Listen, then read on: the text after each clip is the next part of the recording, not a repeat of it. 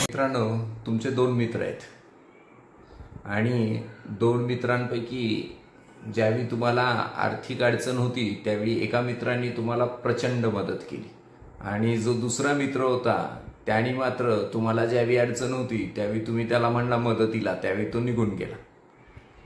आता जर त्या दोन्ही मित्रांना आर्थिक अडचण आली आहे आणि त्यांना मदतीची गरज आहे तर तुम्ही कोणत्या मित्राला मदत करसाल? 100% की ज्या मित्रांनी तुम्हाला तुमची आर्थिक अडचण असताना मदत केली त्यालाच, राईट? मग तीच कंडिशन आत्ता आहे। तुम्हाला शेअर मार्केटलाही तुमचा मित्र मानायचा आहे आणि आत्ता शेअर मार्केटमध्ये जे करेक्शन आलंय त्यावेळी त्याला जास्त पैशाची गरज आहे, तर त्यावेळी तुम्ही त्यांना इन्व्हेस्ट केली पाहिजे। जर तुमच्याकडे पैसा आहे तर लॉंग टर्मसाठी तुम्ही आत्ताच इन्व्हेस्ट केलं पाहिजे। का असं? तर आत्तापर्यंतचा इतिहास बघितला तर ज्या ज्यावेळी मार्केटमध्ये पैशाची कमतरता आली त्यावेळी शेअर मार्केट क्रॅश झालं, पण हे ज्या ज्यावेळी क्रॅश झालं त्यावेळी त्यानंतर पुढच्या 6 महिन्यामध्ये, वर्षामध्ये परत त्यांनी रिकव्हरी केलेली आहे। आणि हे किती वेळा घडलंय? आत्तापर्यंत 5 ते 10% ज्यावेळी मार्केट तुटलंय त्यावेळी हे जवळजवळ तुटलंय साधारण 12 ते 15 वेळा।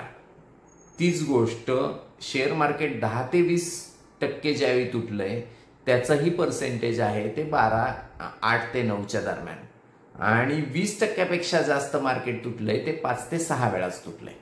पण प्रत्येक वेळी एक गोष्ट मात्र कॉमन झाली आहे, ती म्हणजे पुढच्या 6 महिने, वर्षामध्ये, 2 वर्षामध्ये मार्केटनी परत रिकव्हरी आणली आणि त्यांनी परत ग्रोथ दाखवली। आणि आत्तापर्यंत 79 सालापासून आत्तापर्यंत मार्केटनी ऑन ॲन ॲव्हरेज 15%च्या वरच रिटर्न दिलाय। भविष्यामध्ये असं होईल असं नाही, पण हेच अपेक्षित आहे की आत्तापर्यंत जितक्या वेळा मार्केट करेक्शन झाले त्यानंतर प्रत्येक वेळी मार्केटनी रिकव्हरी दिलेलीच आहे, कायमचं परमनंटली मार्केट खाली राहिलेलं नाही।